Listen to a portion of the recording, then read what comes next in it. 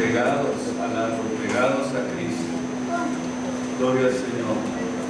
En este capítulo 16, versículo 5, vamos a ver tres temas muy importantes en los que vamos a poder aprender. Pero bueno, vamos primeramente a leerlo para que podamos comprender esto. Mas ahora, dice el versículo 5, voy al que me envió. Y ninguno de vosotros me pregunta, ¿a dónde vas? Antes, porque os he hablado estas cosas, tristeza ha henchido o llenado vuestro corazón. Pero yo os digo la verdad, os es necesario que yo vaya, porque si yo no fuese, el Consolador no vendría a vosotros. Mas si yo fuere, os lo enviaré. Si yo me voy, yo lo voy a enviar. Cuando Él viniere, redarguirá el mundo de pecado, de justicia y de juicio. Estas tres cosas son muy importantes. Él redarguirá el mundo de pecado, de justicia y de juicio. De pecado ciertamente por cuanto no creen en mí. Ahí están los puntos importantes que vamos a aprender. Y de justicia por cuanto voy al Padre y no me veréis más. Y de juicio por cuanto el príncipe de este mundo es juzgado. Por más de 3 años aproximadamente, quizás 3 años y medio, Jesús estuvo cerca de sus discípulos. Y cada vez en este evangelio vemos que nos acercamos más y más al momento o al clímax de Jesús, donde podemos ver que no podría seguir ya más con ellos y que tenía que dejar este mundo físicamente y que ya no los vería más. ¿Qué hace Jesús? Comenzó a prepararlos para la misión que ellos tendrían que emprender después de que Él ascendiera al cielo. Anteriormente, en el capítulo 13, versículo 33 de este mismo libro de San Juan, Jesús les dijo que aún un poco estoy con vosotros, me buscaréis, mas como dije a los judíos, ya no me van a poder ver. Así les digo también a ustedes ahora, les dijo el Señor Jesucristo. O sea que Jesús ya les había prevenido, ya les había avisado que Él haría esto. En el versículo 36 del capítulo 13, Señor, ¿a dónde vas? Y respondióle Jesús, a donde yo voy, tú no me puedes seguir ahora, mas me seguirás después. O sea, la principal razón por la que Cristo tendría que ascender al cielo era porque estaba limitado a un cuerpo físico. O sea que Cristo como hombre no podía estar en todos lugares. No era cuando estaba en el cuerpo, en el sentido físico, no era omnipresente. Y la razón de ascender al cielo es porque Él vendría después, luego en espíritu, para hacer morada en el creyente. Todo aquel que le recibe, hace de Jesús su morada, su cuerpo, y lo convierte en el Señor de su vida. Entonces Jesús dijo que era necesario que Él se fuera para poder seguir, para poder vivir, para poder habitar, para poder estar en medio de su iglesia, para la edificación del cuerpo de Jesucristo. Sería una morada en el creyente que lo recibe, en aquel que cree en Él. Y sería para darle al creyente poder para que pudiéramos nosotros tener la capacidad, para que pudiéramos tener nosotros las habilidades y el poder para poder vivir para nuestro Señor Jesucristo. Esa es la razón principal. Él quería que nosotros nos capacitáramos en el conocimiento, en la práctica, y a través de esta forma darle la fuerza, la sabiduría, la capacidad al Hijo de Dios para poder enfrentarse al mundo con todo el poder del Espíritu Santo. O sea que, sin el poder del Espíritu Santo solamente eres un religioso. Por eso Cristo planificó desde el principio que Él vendría en espíritu, y la instrucción de los apóstoles, fue: y recibiréis poder. Recibiréis poder cuando venga sobre vosotros el Espíritu Santo. La razón es porque sin el poder del Espíritu Santo no somos capaces de enfrentarnos a las tentaciones, no somos capaces de enfrentarnos a las situaciones que tendremos que enfrentar en el mundo mientras estemos aquí. Dicho de otra forma, Dios estaba planificando darle a la iglesia todas las capacidades, todo el poder y todas las habilidades para que pudieran vencer. Yo he vencido, dijo Jesús, y ustedes también van a vencer con el poder de Dios. Y vemos en Hechos 1:8 el momento en que asciende el poder del Espíritu Santo sobre los que estaban reunidos en el aposento alto y son investidos del poder de Dios. O sea que el poder del Espíritu Santo no vendría al mundo solamente por venir, sino que el Espíritu Santo vendría a la iglesia. No vendría, más bien dicho, no vendría al mundo, no vendría a cualquier persona, sino que este poder vendría a la iglesia. Y esto significa que el Espíritu Santo trabaja, el Espíritu Santo se mueve, el Espíritu Santo opera a través de la iglesia. No a través del mundo, sino a través de la iglesia. Así como Cristo necesitó un cuerpo para poder operar y manifestarse al mundo a través de ese cuerpo, así también en este tiempo el Espíritu Santo necesita un cuerpo para poder manifestarse al mundo. Y ahí es donde vemos que la iglesia en este tiempo es la iglesia del cuerpo de Cristo y está operando a través de la iglesia. Está manifestándose a través de los hijos de Dios. Está manifestándose a través de aquellos que han creído en Jesucristo. Y aquí es donde vemos la operación del Espíritu Santo a través de un cuerpo místico llamado la iglesia.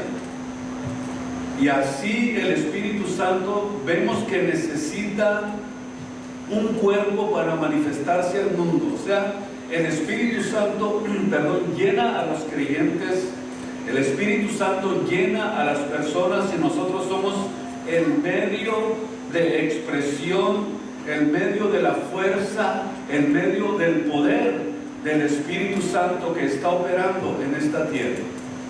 Y es tan gloriosa esta operación de Dios en este tiempo, que vean ustedes que la ira de Dios sobre esta tierra no se va a desatar hasta que sea quitado del medio lo que está impidiendo que la ira de Dios se manifieste en este mundo. ¿Y qué es lo que ahora impide que la ira de Dios se manifieste en este mundo? La iglesia, el Espíritu Santo a través de la iglesia. Pero el día que sea quitado, entonces, cuidado, llegó el tiempo de la gran tribulación, llegó el tiempo de la ira de Dios. Así que tenemos todos los creyentes esta garantía de parte de Dios de que mientras estemos aquí en esta tierra, de que mientras la iglesia de Jesucristo esté aquí en esta tierra, Dios no va a azotar con ira.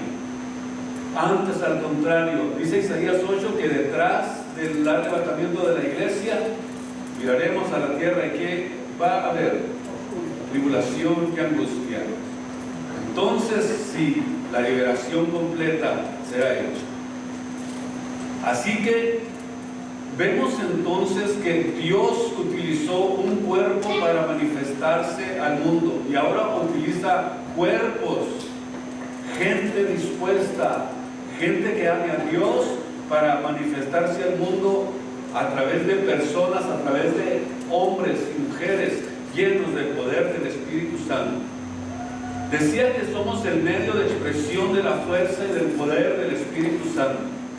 En el capítulo 2 del libro de los Efesios, y vamos a leer el versículo 20 del capítulo 2 del libro de los Efesios, y vean ustedes algo muy interesante que Jesús habló, el apóstol Pablo escribió acerca de Jesús, donde dice: edificados sobre el fundamento de apóstoles y profetas, edificados, siendo la principal piedra del ángulo, ¿quién?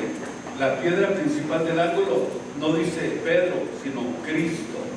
Siendo la principal piedra del ángulo nuestro Señor Jesucristo, la piedra angular.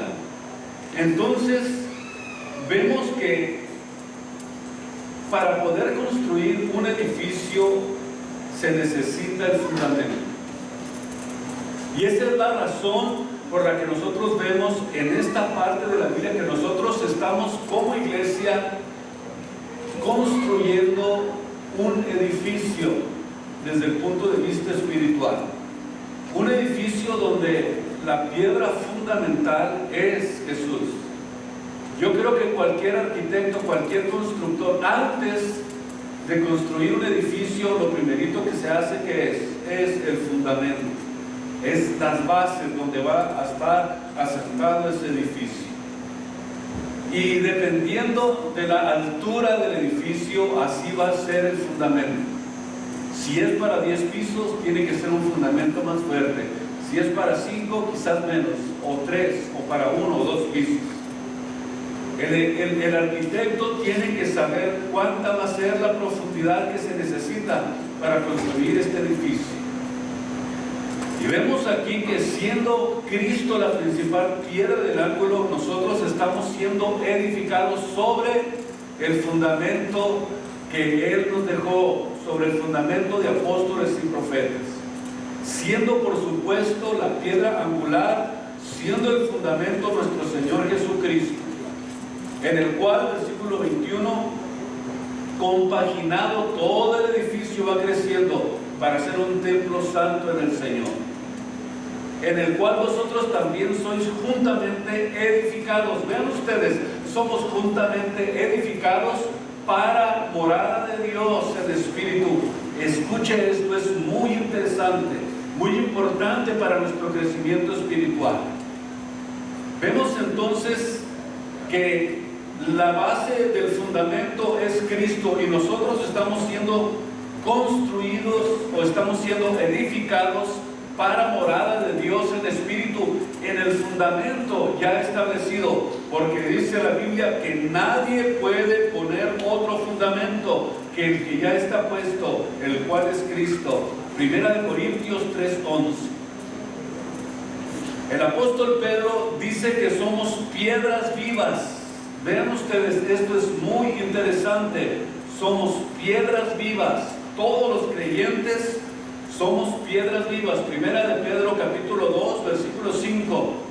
Somos piedras vivas nosotros para edificar una casa espiritual y un sacerdocio santo. Vean ustedes qué interesante, para ofrecer sacrificios espirituales agradables a Dios por nuestro Señor Jesucristo. Quiere decir que somos piedras que estamos siendo y formando parte del edificio, somos parte de la iglesia, del fundamento que Cristo está preparando en esta tierra. Por eso es muy importante que nosotros entendamos la función de la iglesia en este tiempo. Es muy importante que entendamos que no somos un club social, no somos el club de leones, no señor. No somos el club rotario, somos la iglesia de nuestro Señor Jesucristo. Es un cuerpo místico de Cristo en el cual la cabeza la conocemos que es nuestro Señor, y nosotros miembros en parte de este edificio, de este cuerpo, de esta iglesia que Él está formando a través de todo el mundo. La iglesia de Jesucristo es precisamente eso, el poder de Dios obrando en medio de una generación perversa y perdida. Por eso vemos aquí en el capítulo 16, donde estamos leyendo del libro de San Juan, versículo 8, algo muy interesante: y cuando Él viniere, redarguirá el mundo del pecado. O sea que el misterio principal del Espíritu Santo, principal del Espíritu Santo es convencer. Aquí es donde nosotros tenemos que enfocarnos para poder entender cuál es nuestra función como siervos, como cristianos, como creyentes, como hijos de nuestro Señor Jesucristo. Dice claramente aquí el apóstol que cuando Él viniere, redarguirá al mundo de pecado, de justicia y de juicio. Y aquí la palabra que utiliza es convencer,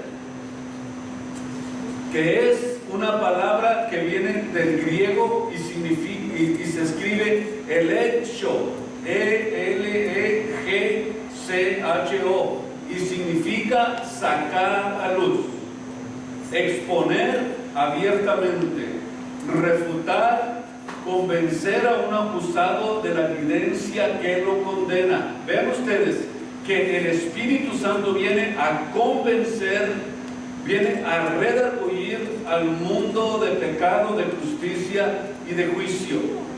Y la palabra convencer ya entendemos que se trata de exponer a una persona, o sea, es una exposición abierta delante de Dios entre el pecador y Dios.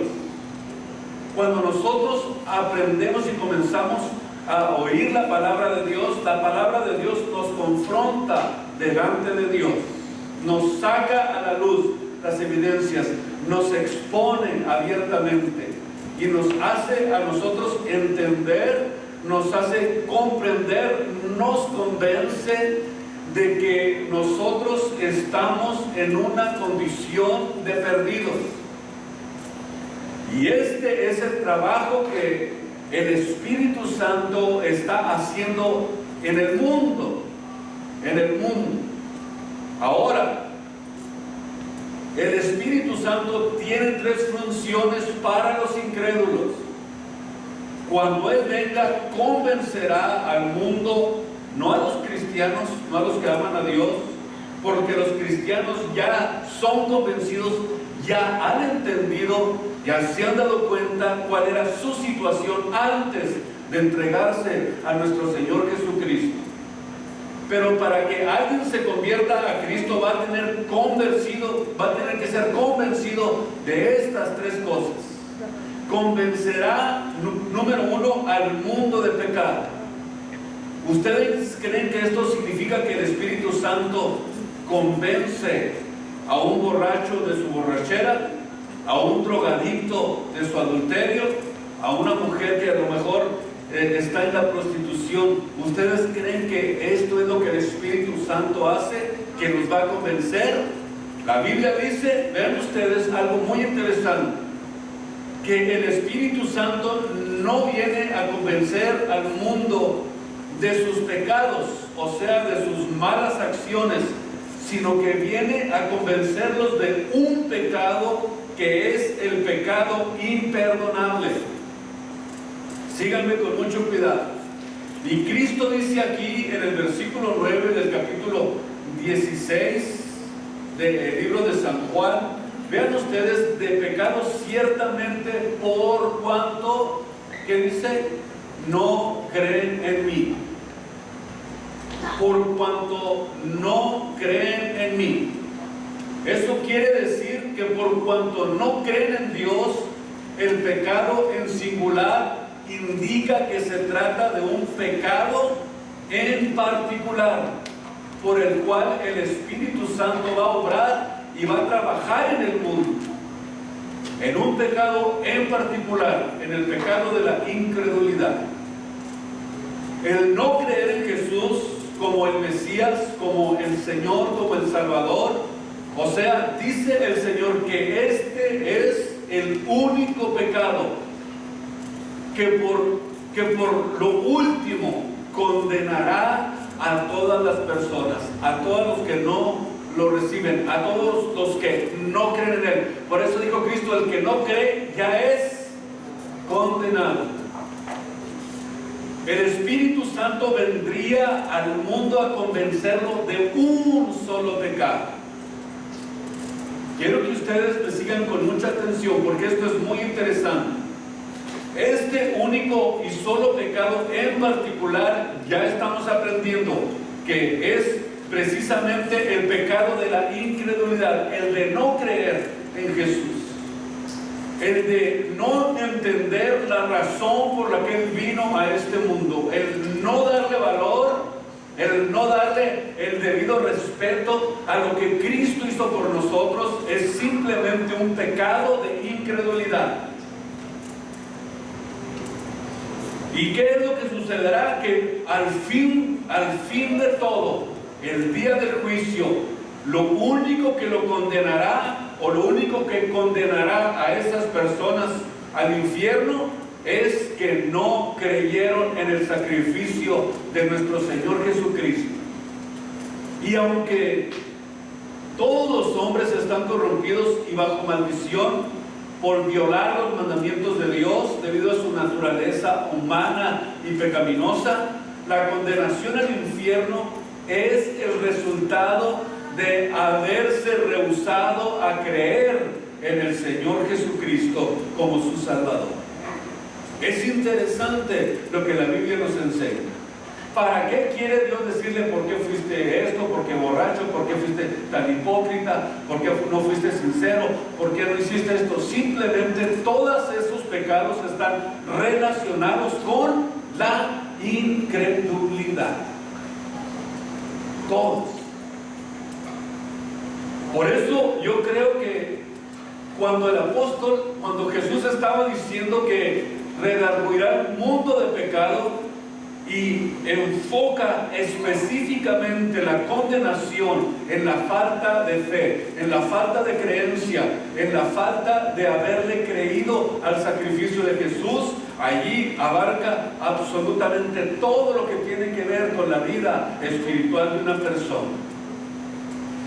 Entonces, el Espíritu Santo viene a convencer al mundo de un solo pecado, el pecado que te va a condenar eternamente. Porque el pecado mayor de todos los pecados, el pecado mayor, escúcheme usted, de todos los pecados es el de la incredulidad. En el capítulo 3 del libro de San Juan, quiero que ustedes vean conmigo en el capítulo 3, versículo 18 del libro de San Juan. El que cree, vean ustedes qué dice: el que cree no es condenado. Es interesante esto. El que cree no es condenado, mas el que no cree ya es condenado, porque no creyó en el nombre del unigénito Hijo de Dios. Y esta es la condenación. Subrayen ustedes. Y esta es la condenación. Porque la luz vino al mundo. Vean ustedes, porque la luz vino al mundo y los hombres amaron más las tinieblas que la luz, porque sus obras eran malas. ¿Por qué obramos en las tinieblas? Porque no tenemos nosotros la convicción. No tenemos nosotros dentro de nuestro corazón el creer en Jesús. Una persona que no obedece a Dios y se va al pecado y vive en el pecado y está entre sí y no en su vida espiritual, es un incrédulo. Aunque venga a la iglesia, es un incrédulo. Porque, versículo 20, todo aquel que hace lo malo que aborrece la luz y no viene a la luz, porque para que sus obras no sean redargüidas. mas el que obra verdad viene a la luz, porque sus obras son manifestadas, que son hechas en Dios. Entonces, vemos, número uno aquí, que la palabra condenación del griego es la palabra crino. ¿Y saben qué significa la palabra condenación? Significa juicio. O sea, la Biblia enseña que el juicio y la condenación es que Dios se ha manifestado a la humanidad y tienes que entender la necesidad que tú tienes de creer en Jesús, lo que Cristo hizo por ti, lo que Cristo hizo por mí en la cruz del Calvario. Y esta es la forma en la que Dios nos otorgó el perdón de nuestros pecados. Esta es la manera en que nosotros hemos sido perdonados, en la que Dios le está ofreciendo al mundo el perdón de sus pecados. Pero no todos están recibiendo este perdón, y no porque Dios haya fallado, sino porque la falta de credulidad del hombre es la que lo está haciendo entrar en ese mundo de condenación y está expuesto al infierno por causa de no creer en lo que Cristo hizo en la cruz del Calvario.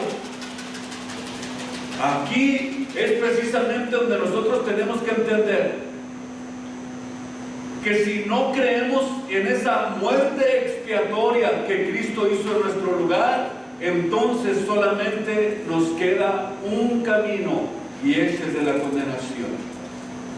En el libro de Primera de Juan, capítulo 5, vemos en el versículo 10. Primera de Juan, capítulo 5, versículo 10 al versículo 12.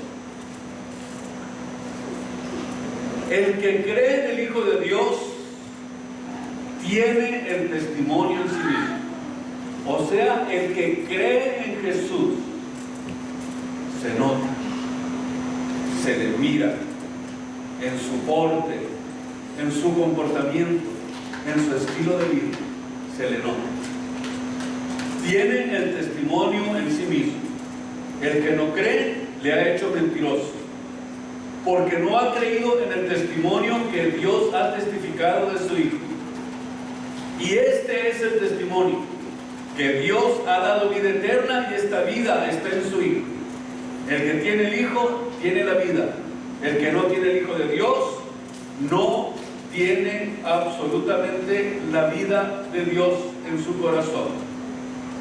Por ejemplo, Juan el Bautista dijo de Jesús, de él, de Cristo: he aquí el Cordero de Dios que quita el pecado del mundo. ¿En dónde está enfocado el pecado? En el pecado del mundo, que es donde Dios está trabajando, que es en el área en la que Dios está manifestándose. ¿Y quiénes son aquellos a través de los cuales Dios está redarguyendo al mundo? A través de la iglesia, a través de sus hijos, a través de los redimidos. Ahí es donde vemos cómo es que Juan el Bautista dijo: aquí está el Cordero de Dios que quita el pecado del mundo. Y Juan el Bautista dio testimonio de Cristo. Ven ustedes, Juan el Bautista dio testimonio de Cristo. La Biblia da testimonio de Cristo, donde dice: escudriñad las Escrituras, porque a vosotros os parece que en ellas tenéis la vida eterna, y ellas son las que dan testimonio de mí. Juan 5:39. O sea, esta es la obra del Espíritu Santo, la de convencerte en esta mañana de que debes de quitar totalmente de tu vida la incredulidad. Ustedes y yo tenemos que, como hijos de Dios, convencer a la gente del pecado.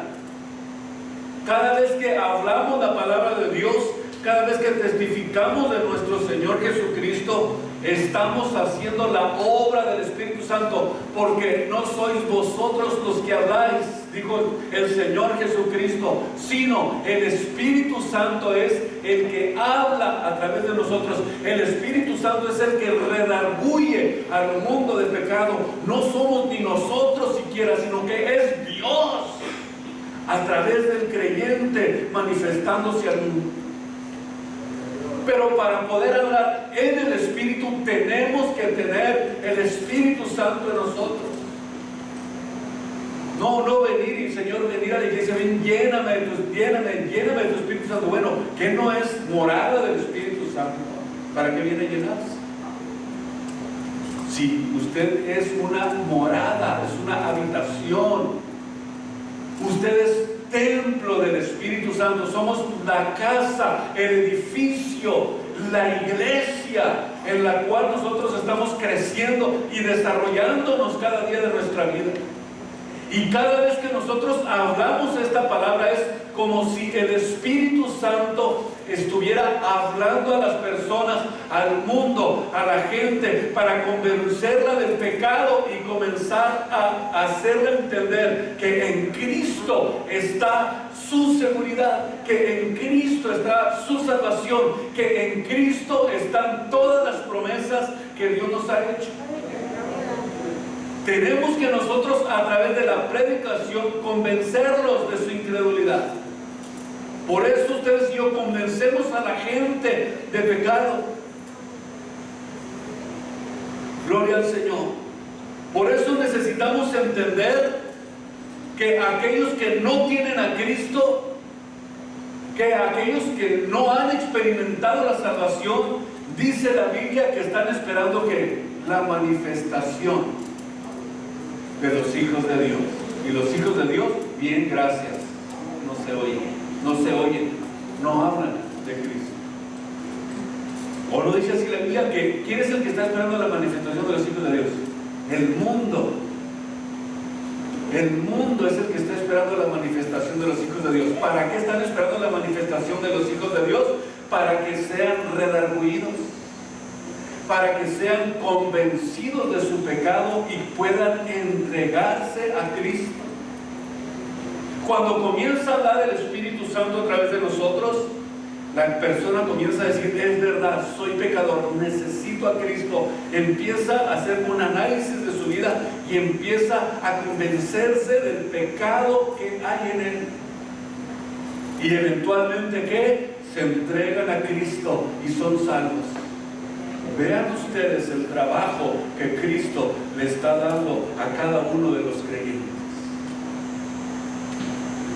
Vean el valor que tiene testificar de Jesucristo, darle la gloria a Él a través de la predicación de la palabra de Dios. No necesita estar detrás de un púlpito para predicar, simplemente ir a su vecino y decirle, Dios te bendiga, Cristo te ama, Él murió en la cruz del Calvario por ti, quiere darte vida y vida eterna. Entrégate a Él, dale tu corazón, ríndete con todo tu corazón a Él y vas a poder encontrar la verdadera felicidad en Cristo. ¿Quién lo hace? Los hijos de Dios.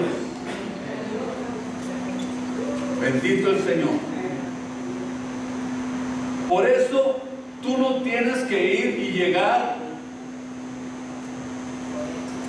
a querer redarguirlos con tus propias iniciativas.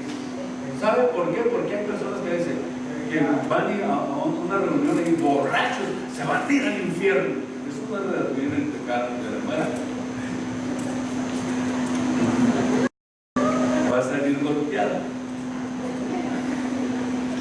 Nadie se va a convertir atacándolo de esta forma. Usted hable la palabra de Dios. ¿Quién es el que convence al mundo de pecado? El Espíritu Santo, no usted. ¿A quién usa Dios como instrumento? A nosotros los cristianos. Por eso es que para que alguien se convierta a Cristo necesita tener convicción del pecado. Óigame bien, necesita tener convicción del pecado. O sea, estar seguro, estar convencido, estar completamente seguro de que necesita el perdón de Dios. cuando Dios no convence al hombre de pecado, el hombre no cambia. Y sabe que sigue su mismo estilo de vida y no le importa. Creer en Jesús no es creer en un personaje histórico. ¿Quién no cree en Cristo históricamente? Yo creo todo el mundo.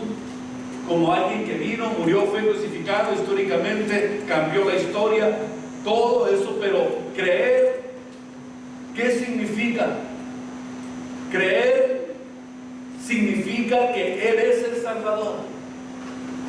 Creer significa entender y reconocer que Él es el Mesías prometido. Creer en Jesús es creer que Él es el único que puede salvarnos. Que sin Él estás condenado. Que sin Cristo no vale la pena vivir. Que sin Cristo estamos perdidos eternamente. Esto es lo que significa realmente creer en Jesucristo. Y creer y entender que sin Él no hay ninguna esperanza. Y cualquiera, dice la Biblia, que tenga esta esperanza en Él, se purifica así como Él es limpio, así como Él es santo, así como el único que puede perdonar tus pecados y darle la vida eterna a todos los que se allegan a Dios, creyendo con todo su corazón. Esto es lo que realmente significa creer en Cristo. Por eso quiero acabar con esto. Si no te has convencido de tu pecado, escuche esto. Si crees que lo que haces Dios lo va a pasar por alto, estás muy equivocado. Si no te has convencido de tu pecado,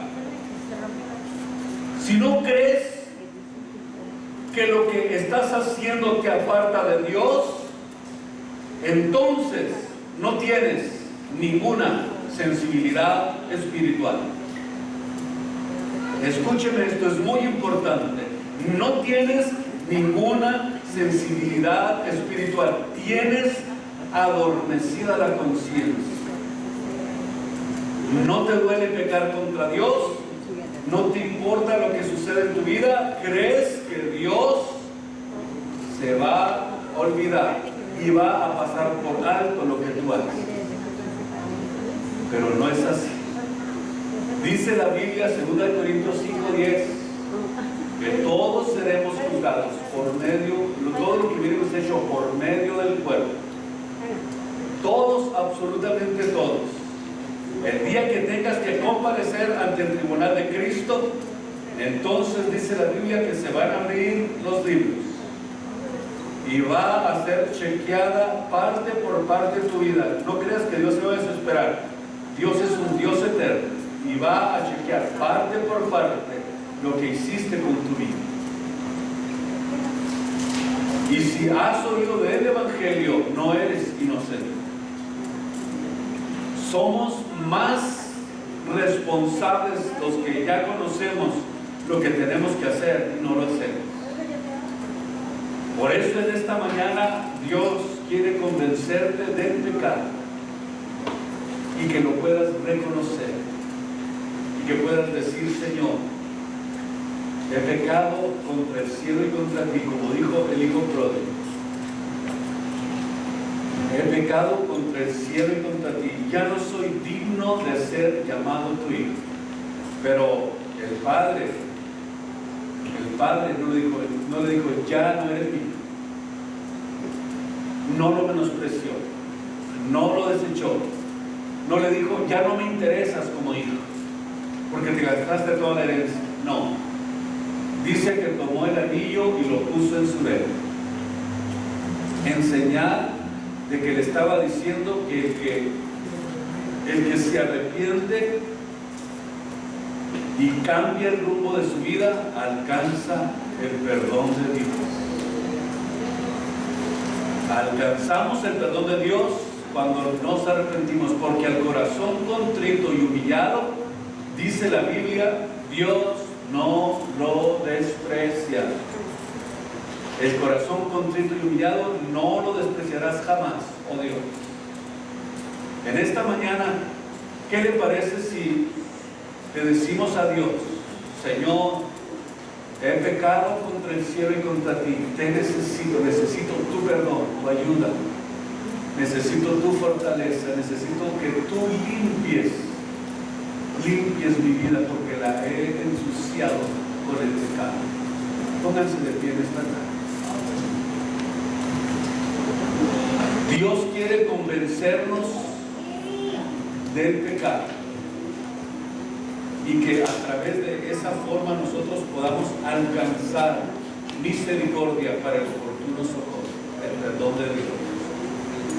¿Qué le parece si usted